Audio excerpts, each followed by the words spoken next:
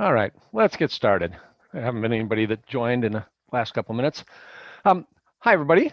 Welcome. I'm Norm Tiedemann, the primary organizer and coordinator of the FTC program with High-Tech Kids. Of course, all of us, Cheryl, Vicki, Barb, Jeannie, Adam, and myself work together on all the programs, but most of the emails and stuff like that you'll see either come from Vicki or myself. Today is our opening of our season, believe it or not. Congratulations to making it to the first qualifier. We're really happy you made it here. It is the last week of January, so it seems a little late. My plan is to give a quick review of things, most of which I hope you know, but just go through and make sure that you know what has to happen when before Saturday. And then I'll turn it over to the head referee, and we have a couple other referees on the line also today. And he will conduct the standard kind of driver's meeting, give you the information you need. Somewhere along this season, I stumbled upon the word nitty-gritty, and for some reason this year, it just seems to fit with everything, that it's kind of the nitty-gritty of the season. Okay, so as you know, obviously this year is very different with a remote. The actual qualifier, the January 30th qualifier, started today. Yes, that's right. You could start submitting scores for things today. Qualification matches are run and scores are submitted by teams anytime up till noon on Saturday. So it actually started this morning and runs through Saturday. So you have about 6.5 days to submit your scores. Judging sessions will occur on Saturday sometime between 8:30 and 2:30. The schedule's on the High-Tech Kids website. If you haven't seen it there, go and look and see when your team will be judged. Judging sessions are similar to the judging and in-person events, except there was one kind of longer session. The first part will be similar to the morning judging, and then the second part will be something like what the pit judging was, where judges walked around and talked to you additionally, and I'll explain that in a little bit. That's some of the things that are different in a remote event, and I will go into those details. You of course know that the engineering portfolio is different than the notebook, and of course the changes to the matches and that, so I'm not really going to go through that. Coaches, I hope you already received an email from Vicki a couple of days ago that included a link to this drivers and coaches meeting, and well, if you're here, I guess you did get it. Yay. Also links and information for the FTC scoring app to where you will submit your match scores. A link to the JOT form. That's an app that we're using to help us collect all your submissions materials. First had created a remote event hub, but it never really got everything together to actually be useful. So we have decided to use this form, and I'll go into a couple details. I hope to also give you in that email our deadlines for submitting all the materials, and then also a link to our closing ceremony, which will be 7 o'clock that evening on Twitch, live streamed on Twitch TV. You will receive a reminder email in 2 days that will also contain a link to the FTC qualifier Discord server. So our judging sessions will take place over Discord, as we've mentioned before, and you'll get that link in a reminder email from Vicki on Tuesday. JOT form. When you go to the link in the JOT form, this is what will pop up. You put in your team number and the January 30th qualifier, and then when you select yes or no for any of these questions, whether you're submitting a Compass Remote video, judging material, or a video of a roadmap match, when you select yes for one of those, it will basically open up. So if you're submitting your judging material, you then have a place to drag and drop or insert your engineering portfolio, your control award submission sheets, a link to your full engineering notebook. No, we don't want to upload your whole notebook. We really don't want that much stuff. And then also a place to upload your judging feedback request form. Now, you can submit these one at a time. You don't have to submit all of them. And you can submit it multiple times. We will take the most recent submission up till the time of the deadline. So everything that's submitted, the most recent one submitted before that deadline will be the one that we will copy over into a drive that the judges will have access to to be able to peruse your judging materials and go through the judging. So what are those deadlines? Again, reviewing them. Compass and Promote award videos. It's this evening at midnight. So if you haven't started working on that and you want to, well, you've got 5.5 hours left. Go for it. Again, this is submitted via Jot form. That top one, you click yes, and there's a place to upload either of those videos. All other judging material is due on Wednesday at midnight, as I saw. So the engineering portfolio, a link to the engineering notebook, which is optional, the control award submission, which is also optional, judging feedback request form, which is the optional, and a robot run video. I guess in reality, all of these things are optional because you don't have to submit an engineering portfolio. It just means you're not eligible for any of the judged awards. And you don't have to submit a robot run video either. We would like you to, because we want to put these all in a YouTube playlist so that all the teams at this tournament can see the other teams at this tournament, and you can watch robots, which is what you really want to do, I think, and what a lot of us want to do. The other thing that has a deadline is your 6 official robot matches. They have to be completed and scored via the live scoring system. The window opened, as I said, this morning, and they all have to be submitted by Saturday at noon. So make sure you make that deadline. Don't wait till 11:50 on Saturday, because you never know about these things. The one other thing to do is you need to submit your release forms and also the High-Tech Kids demographic survey. These, again, have to be done before the tournament. If you've gone through your first dashboard and did the youth registration there online, you can just create a PDF of that and upload it. If you go to that website, our hightechkids.org, submit forms, it has all the information there. Also has the demographic survey. The thing about this demographic survey is that we want to have a specific address, and that's what we'll use to ship our pins to you, and then any medals or trophies that you receive at the tournament. So we really need that address to be able to send you that stuff. One, again, quick summary for match score submissions. Again, this is the process for submitting official match scores during the tournament window. You will have the FTC scoring app open. You'll decide that this is going to be official match. Okay. Like an in-person event, you'll set up the robot, follow the rules, don't touch it or change anything. You'll do the randomization.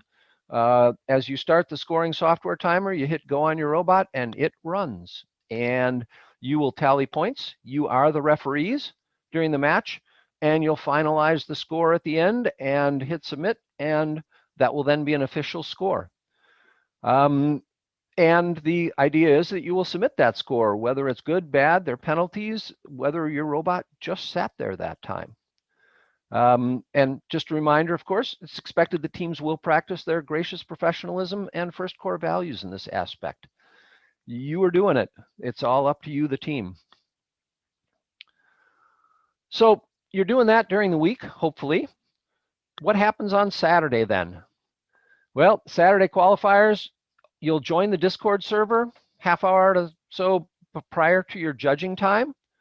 There'll be a channel that will come up, a text channel, where you can type in your first name and team number and role, whether you're a coach or team member. And then one of our Discord managers will assign you a nickname, which will basically be team number, name, and role.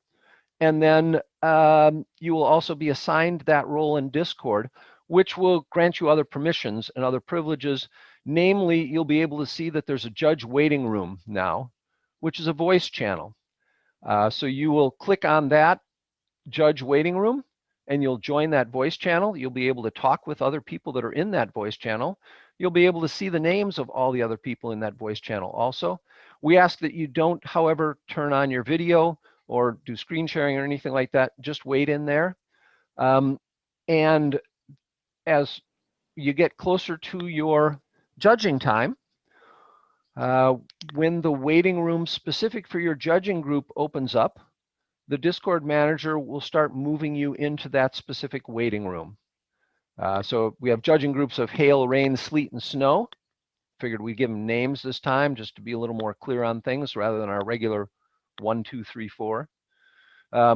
So when there's the team ahead of you is in actual judging, then we will start moving all the next group into the hail, if you will, waiting room. And in there, it will just be your team. You can talk, you can prepare what you need for your judging session, practice, test your connections. If you're going to do a screen share, definitely try that out. And when it is time for your actual judging time, again, the Discord managers will come in that room, tell you ask you, make sure you're ready to go, and then they will move you all into the judging rooms. The judges and referees and inspectors will already be there, and then your session will begin. To follow youth protection policy guidelines, you won't have much power in this Discord server. You won't be able to change your nicknames or move yourself around other than to the main waiting room. You'll also have access to a help channel, both a text and a voice channel. And you'll be able to send messages to Discord servers, the Discord managers and staff if that's necessary. And that information is provided on the Discord server itself. You'll be able to see that. If you have no idea what I'm talking about for a Discord server, you should probably go to the resources page on HTK Kids and look at the information about Discord server and how teams can join and what they will have. One thing to note is that when you're moved from room to room, you will have to re-enable your video and screen sharing. When you get moved to another voice channel, those all get turned off. Okay, so what is this judging session going to be? The first 15 minutes, very similar to what was done in the past in an in-person tournament. You'll have 5 minutes to do a presentation. Again, a presentation is not required, but if you do a presentation, it should be 5 minutes and limited to 5 minutes. The judges will pretty much cut you off at the end of 5 minutes to keep for a consistency among judging groups. So 5-minute presentation, 10 minutes then where the judges will ask you questions about either what you said or other things they have questions about. Try and figure out as much as they can about what you did. After about 10 minutes of that, they will go to a separate room and they're going to discuss a little bit about what they found and what they've seen. In that time, then you will talk with the inspectors and referees. There should be 2 of them in your room with you. And I'll talk more about that in just a second. After that, about 10 minutes, the judges should come back into your room and they will have follow-up questions for about 10 minutes. This is kind of like the pit judging time. They'll ask you things about what they want a little more clear.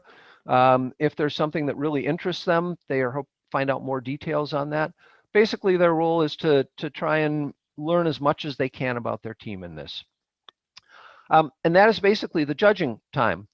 There isn't any additional pit or finalist judging. That's kind of what this last 10 minutes about. Awards will be determined by this judging session. So that 10 minutes with the referee and inspector, what is that? It's really time for you to brag about your robot. I mean, the referees and inspectors like looking at robots. They like to see what you've done. They like to see unique things they've done. They want to see what works and talk about it. If you can bring your robot and have it available on video, that would be great. It's not absolutely necessary, but it would be great. And they're going to ask you questions about it. What successes and failures you had. Look for unique parts or something like that. A mini inspection. And this is not to avoid any of your robot runs. If they find something wrong, it's not going to change anything in the matches or the match scoring or anything like that. It's really just a learning experience, and hopefully you'll be able to improve in the future. So if they find something that is illegal in your robot, they're going to inform you of that, but it has nothing to do, it will have no effect on judging or your match scores or anything like that. It's really just for the future and your education. And if you have questions for the inspectors or referees, it's a time to ask that also. As I said, you should bring your robot and hear if they find something wrong. Now, the referee and inspectors will talk with the judges. The judges may ask them some questions about it. And they will talk about it. So information that you share with the referees and inspectors will possibly, if it's relevant, be shared with the judges also. But the referees and inspectors will not be in on the deliberation of awards. they'll talk with the judges so that they can get as much information about your team as they can, and then that's it. They won't be involved anymore in the awards process. Okay, so you've completed your judging time. That all looks good. Your judging session has come to an end. You can then disconnect from the voice channel and leave the server. That's really what a qualifier is. Right now in the remote, we'll be hopefully doing more at state for teams that advance with interactions and activities. But that's going to be it. And then tune into the award ceremony in the evening, where we will go through the awards and how the teams did. And at that point also, the robot match scores will be available and everything like that. So if there are questions on this, you can put them in the chat. I see there is some chat there, and I will look at that. So any questions on this part of it? I will either address the ones in the chat, or you can unmute yourself and ask. Can we enter the server when we get the link on Tuesday? You can enter the server, but you won't be assigned any role yet, and so you won't be able to do much. Question about the robot run. If it's a question for the judge or for the referee, we'll wait on that. If you have a question about the process of running the robot, feel free to unmute yourself and ask that, or follow up in the chat. And then scrolling down, yeah. Okay. It's just about judge. It's just about how to, not exactly how to run it, just how to do one thing in the field, if we have to do it or not. Okay, if that's a field question about that, I will wait and have you ask that of the head ref once he's done his presentation, and I'll be here too. So if the question is related to me, but that sounds like it's more a referee and head ref question. And Ed, yes, the material should be submitted in PDF format. That's the best for your portfolio control submission award. Yes. Any other questions on this kind of process? If something comes up, this presentation, and actually this is being recorded also, will be on the website in the team resources section tomorrow or Tuesday at the very latest. So if you need to review something that was on the PowerPoint or listen to what's in there, then it'll be on the website, and you can always email me if you have any questions. How do you want to link to the rest of the engineering notebook done? I would hope you could put it on a Google Drive and share it with me.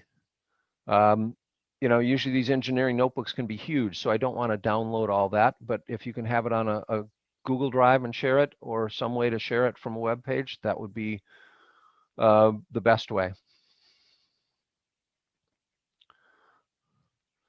All right, if there are no other questions now, then I'm actually going to quit my screen share, and we're going to turn it over to Jim, and he will go through what you would learn in a driver's meeting about that. Okay, Norm, can I share my screen? I think you can. Do I need to? I probably need to give you permission to, don't I? Auto record, remove report. If not, that's okay. I can just Nope, talk. I can do that. I got to give me a second. Why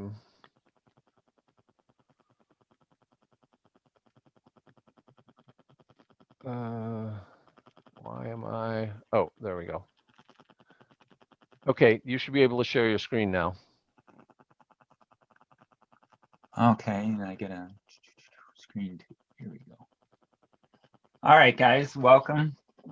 Geez, I'm already in driver's mode. Norm already welcomed you guys. I'm just going to go through a few things here. Some of it's going to be repetitive, but we got to make some basic assumptions. One of them is that you've all read the rules and you're keeping up on the forums.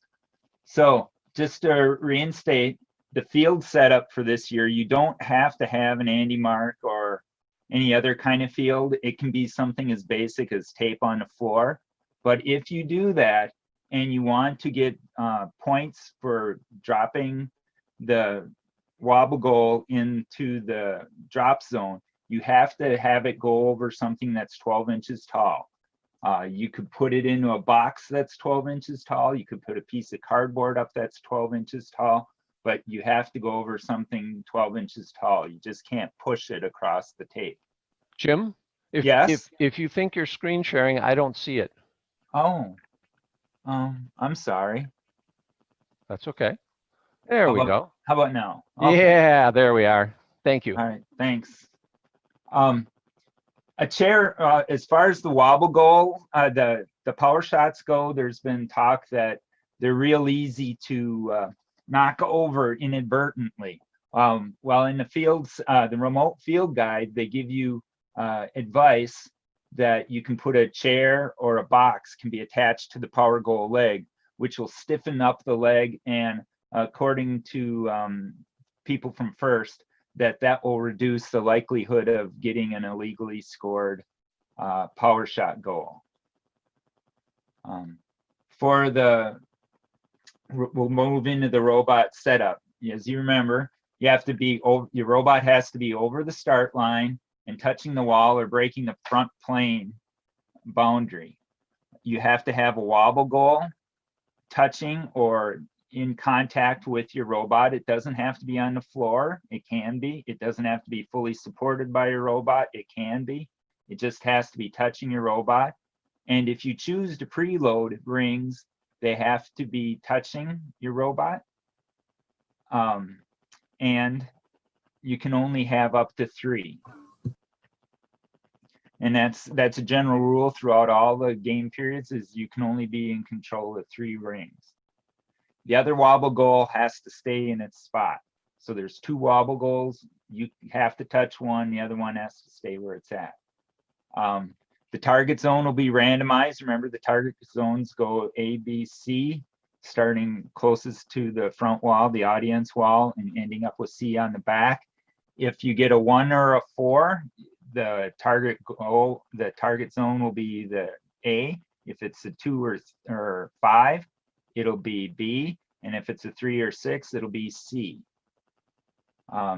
Once the match is randomized, remember, you can't touch your controllers. If you do, you don't get any wobble goal points, and you'll get a minor penalty. And that's a tough one, because it's easy when you're practicing that, oh yeah, we'll just redo. Well, remember, you're being gracious and professional here. So, watch out for doing that. And something that just came out, well, not recently, I guess. If you're in a situation where you're only allowed to have 1 student and 1 adult in a location due to social distancing, the adult can be the human player. It doesn't have to be a mentor or coach. It could be any, if there's a parent and a child, a parent and a student, then the parent can be the human player. Going on to the gameplay. Understand completely in and in. For example, an example of completely in, where that would come into play would be the goals. When the ring goes into goals, it has to be completely in. When the wobble goal is placed in autonomous, it has to be completely in. This year, major penalties are only 30 points instead of 40, like last year. This year, there's no 1 second grace period after the sound. The sound is longer this year, but be careful. A lot of the rule, such as the scoring of the rings into the goals and the scoring of the wobble goal, the period stops as soon as that sound starts. So if you haven't launched any ring that is launched after the start of the sound, does not count. Think of the sound as being the time that you have to park your robot. If your robot's not parked by the end of that sound, then you get a minor penalty. Rings must be completely in the goal and not bounce back to be scored. So if they just barely are in, if there's part of the ring hanging out, you can't get it. If it goes in and comes all the way out, that's no points either. Power shot targets can only be scored once per period. So if you're in an end game, you get all 3 of them down, and you can't go and reset them to try hitting them again to get a total of 6 scores. No, you only get 3. Let's move on to autonomous. Something new this year, you don't have to hit initialize for autonomous if you don't want to. The goal, I mentioned this one earlier, but the wobble goal has to be completely in the target zone. And important, just as important, your robot can't be touching it. To score the medium and the high goals, you have to be completely in the launch zone. The robot has to be completely in the launch zone. Same for the power shots. You have to be completely in the launch zone. And in addition, you can't shoot at the leg. Well, you can if you want, but if you shoot at the leg and the power shot gets scored, that will be an illegally scored power shot, and you'll get a major penalty for that. Moving in the driver control period, the human player can only give the rings down the chute, return the rings down the chute. The human player can hold more than one ring, but they're encouraged to put them in as soon as they can. It's to your benefit. You can score them faster then. The human player can't reach into the field. It's preferred if there's something stuck in the tower, that they go from the back side, or in the case of the chute, if you have a stick or something to push it out through, that'd be great. Try not to reach through the front. Rings can't be possessed until they hit the floor. So don't park underneath the chute hoping to get them loaded right into your robot. That's not allowed. Same constraints for scoring the mid and upper goals and autonomous. In end game, in driver control, the power shots are worthless. You can shoot at them and knock them down all you want, but you're not getting any points for them. Things to look out during driver control, as far as make sure you're not controlling more than three rings at a time, or more than one tower goal. Not more than, yeah, you only get one tower goal. One wobble goal, pardon me. Remember, it's as in years past, if let's say you have 3 loaded up in your shooter and you're driving to get to your shooting location. If you plow through a stack of rings and you're just driving, you're not guiding it or hurting it anywhere, that will not count.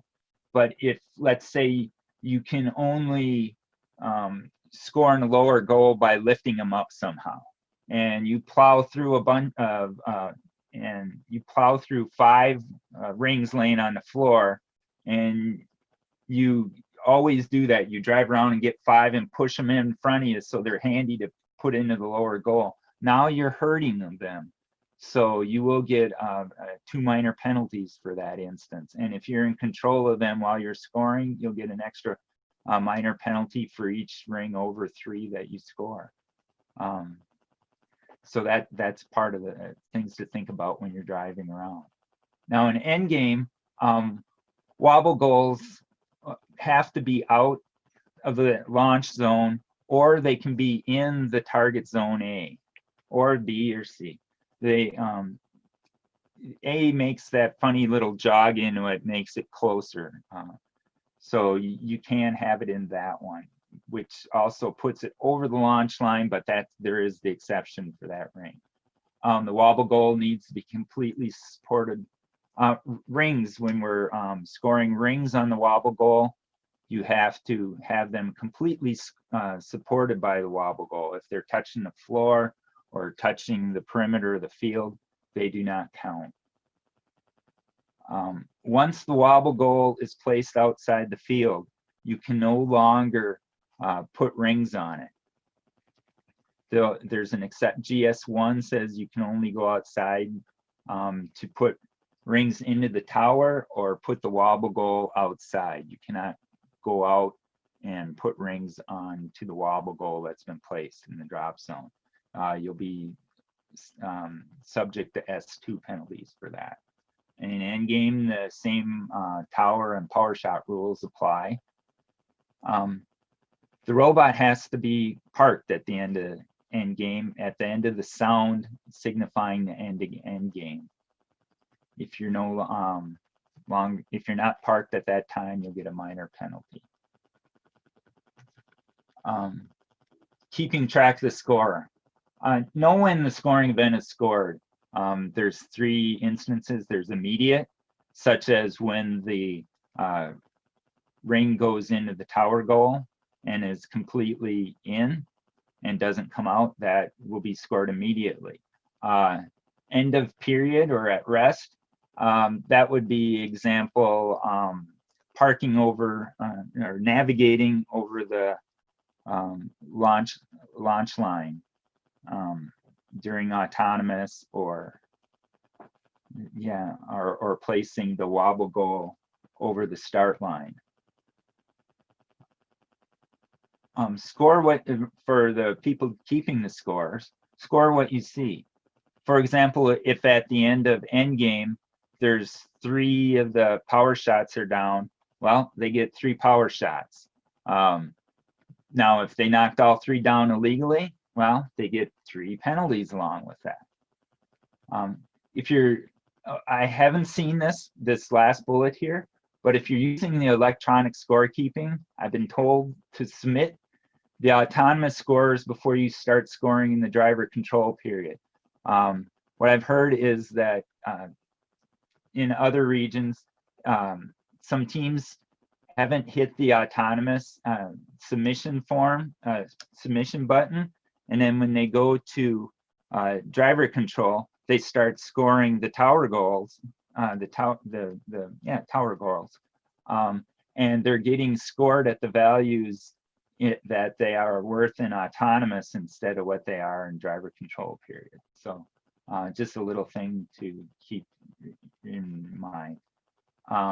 Another reminder as we wrap up the presentation portion here. Remember, you're on your honor to play the game as it's described in the rules. Your gracious professionalism. We all have confidence in you. We know you can do it. You can trust that you'll play the games by the rules.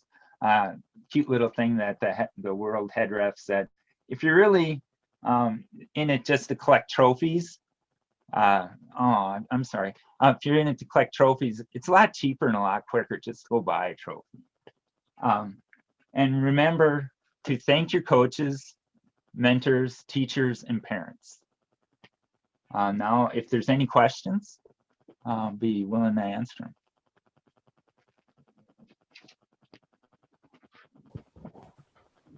I have a question. Sure. Do the rings have to get played into the field or not? Get played into the field. Yeah, from the human player? Does the human player have to put the rings into the field to the shoot at the start of driver controlled? Yes, they do. Okay.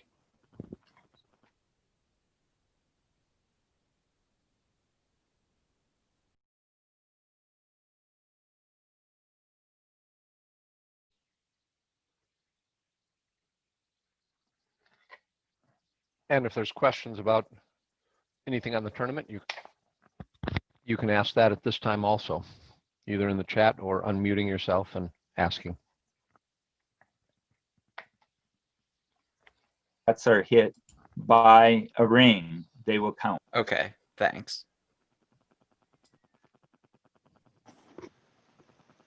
So with that, is if a power shot gets hit by a second ring and bounces back to the unscored position, when is that scored? That is scored at the end of the period. So if you shoot it and you really zing it a good one and it pops back, it does not count. Okay, thanks. Yeah, so that one, and remember forward and back just means for forward it has to be leaning towards the field, and back it has to be leaning towards the tower goal. Oh, towards the back, away from the field.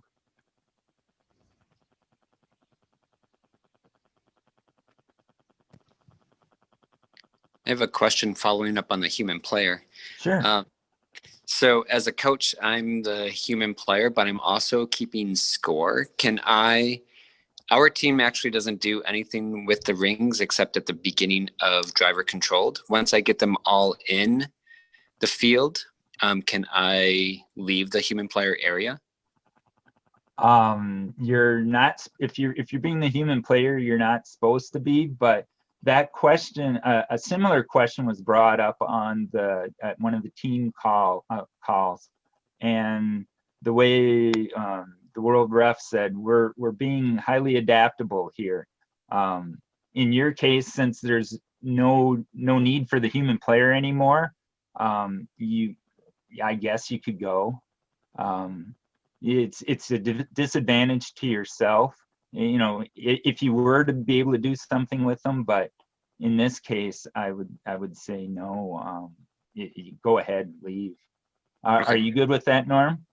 Yes, absolutely. Yeah, it's the way I've answered some similar questions like that is, if it doesn't alter the game in any way, which this doesn't, I mean, it really doesn't alter any play, then yes, that's fine in this year.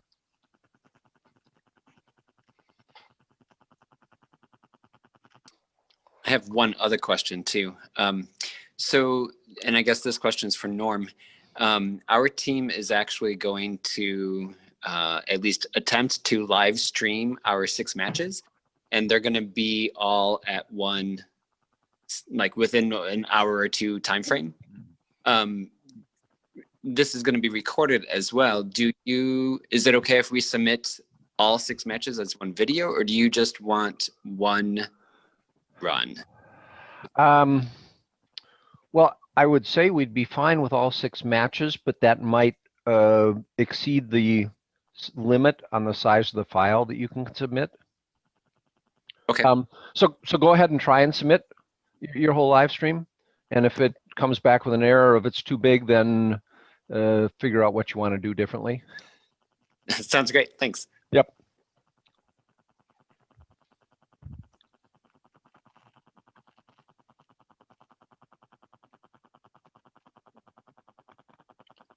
So a question following up that, are we able, if we want, to submit several matches and not just one?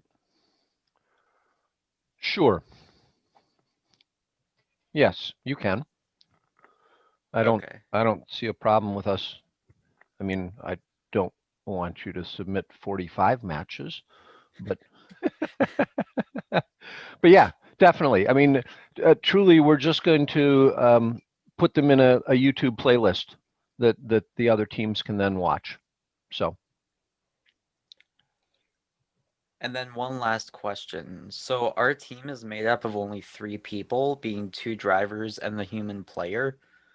Is it okay for the human player to help line up a shot, or is that considered, because like you wouldn't be able to do that at an in-person event? Normally the coach should be trying to do that, but the human player has an extra angle. I'll let Jim handle that one. Yeah. The human player is part of the drive team. They are allowed to yell over. You could do it. You can't leave. In that case, you cannot leave your human player station to go try to let you triangulate on the person, but you can certainly, give them a hand signal or tell them, hey, turn a little left, turn a little right. Okay, thanks.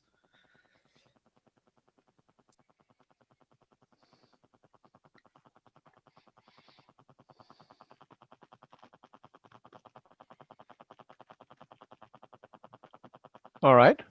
Any other questions? Last chance. I mean, for today.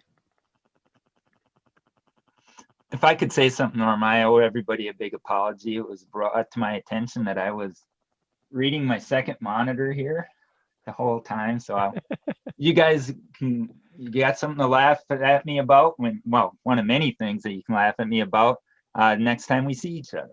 So good luck in the tournament, guys. Absolutely. Thank you all for tuning in tonight. We're happy to have you here at our first tournament. We're happy to be going to tournaments now. And we look forward to seeing you all on Saturday. Thank It you. looks like Thank you there is for all one of question your in the work. chat room there. Oh, It's a referee question. Can the rings in the stack in autonomous mode actually be scored during autonomous mode? yes, they can, but be careful. If you have 3 rings in your robot already, before you start intaking any of the other rings that are in the stack, make sure you get rid of some rings out of your robot because you can only control 3. Thank you. You're welcome.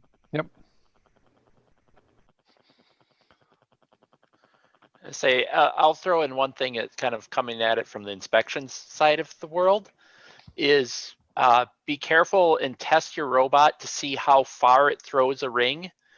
That's an easy one to rule to violate this year is that a ring cannot be thrown more than 16 feet horizontally. And you can either limit that power through mechanical or software means, but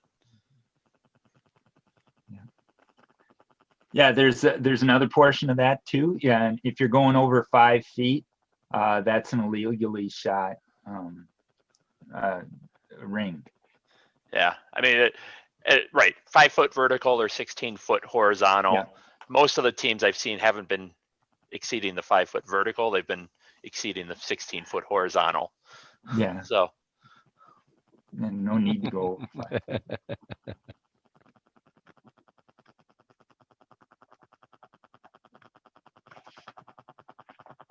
All right. Well, thanks everybody else. I don't see anything else in the chat. So again, thanks Jim for your drivers meeting, and we look forward to seeing you all Saturday. Thanks much, everybody. Have a good week. Thank you. You too. Have fun. Thank you. Everybody.